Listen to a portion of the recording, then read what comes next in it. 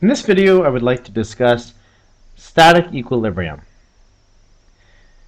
Earlier, back in the force chapter, I believe that was chapter 4, we studied equilibrium. We broke it up into two types of equilibrium. We talked about static equilibrium, which is an equilibrium case where the object is at rest. And we also discussed dynamic equilibrium, which is a situation when an object is moving at constant velocity. And when we studied this type of equilibrium, we pretended the object was essentially a particle. We assumed all the mass was concentrated at the center, and that all the forces were acting from this center point right here. So we had the normal force, the force of gravity, and say a pushing force, and then a backwards force of friction. If this was moving next to a constant velocity. In reality, objects are not single particles. And so really, these forces are acting at locations on the object. For example, the normal force is acting normal to this surface, at this surface. And the force of friction is this parallel force that is acting along the surface. And the pulling force would be acting where that point of contact was occurring. And so really the only force that's acting at the center of the object, or the center of mass, is the force of gravity. And when we solved this type of equilibrium problem, we applied essentially the force condition, with the sum of the forces vectorially equals 0. Or if you examine it along, say, an x and a y-axis, then we wrote the sum of the forces in the x equals 0, and the sum of the forces in the y equals 0. This kind of equilibrium is really called translational equilibrium. But in this particular section, we're looking at the static equilibrium of some rigid body. You see, it's possible for an object to be, at rest, its center of gravity, but it could be actually not at rest rotationally. It could be rotating. For example, this spinning figure skater is rotating and has an unbalanced torque on it. Yet, the center of gravity of the figure skater is remaining at rest. And so we're satisfying the force condition, but not the torque condition. In this particular section, we're looking for the special case where the object is in static equilibrium, both satisfying the force condition, the sum of the forces equals 0, and also the torque condition, the sum of the torques about any point on that body is 0. It's essentially not rotating about some axis. We're looking at a situation where we have balanced torques. Take a look at the example where we have, say, a pair of youngsters that are playing on a seesaw. It's possible that these children could be balanced on a seesaw.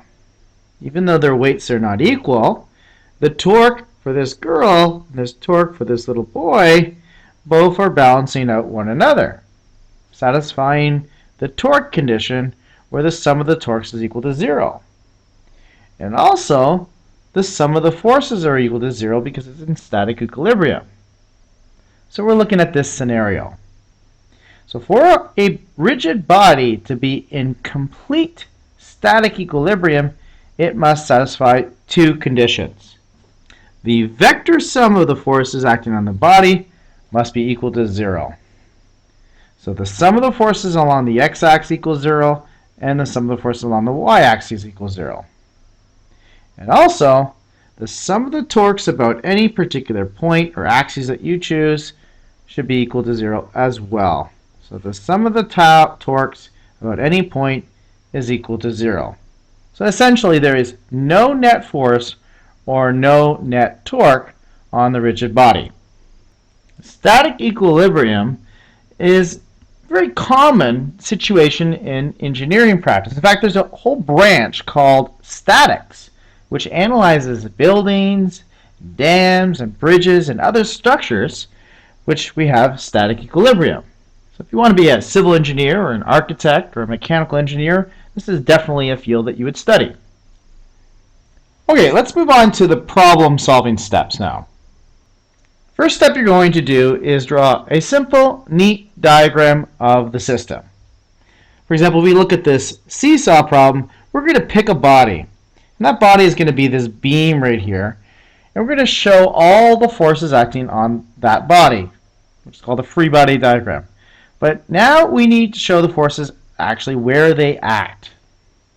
For example, in this situation, we would have the weight of the first body, m1g, and the weight of the second body.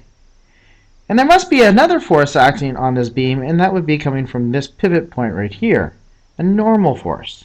I'll label that as F sub n. So that's your first step. Draw a free body diagram and show all the forces that are acting at the body and at the appropriate locations. I also think it's a good idea to label the distances as well. Next, step 2, you should establish a convenient coordinate system. I usually like to show it over here on the side. The next thing is, if you have any forces that are at angles, now these happen to be all up and down, but if there was a force that was, say, at an angle, let me just draw an example. Let's say I had a string pulling up here, so maybe there's like a little string pulling up along there. Well, that has a force, and because it's not along our chosen x or y axes, you're going to want to break that up into both x and y components and resolve that force into those components not along the chosen axes. So that's step 3. In the next step, you could either do number 4 or number 5. It really doesn't matter. You're going to start to apply the force condition, which is the sum of all the forces along the x-axis equals 0. There's no forces along their x-axis, but the sum of the forces in the y would be equal to 0. So you could write something like this. Sum of the forces in the y equals 0. And you have the normal force minus m1g minus m2g equals 0. So you have one equation set up here. You could also do step 5, which is you're going to apply the sum of the torques about some pivot point equals 0. Now when you apply the torque condition, it's good to think of some convenient pivot point. Now let's say, since we know the weight of this child and the weight of this child, but you don't know what the normal force is, I would say a good convenient point would be right here. And I label that like P, so I know that you're taking the torques about that point P. Alright? Although you could pick any point you wish as the pivot point, some choices make the problem easier than others. Often the best choice in a pivot point is where there's the application of, say, some unknown force like the normal force. Or maybe a point where there are several forces acting at that point and a few of them are unknown. Because torques exerted at this point would all be 0, and you wouldn't have to utilize, say, the normal force.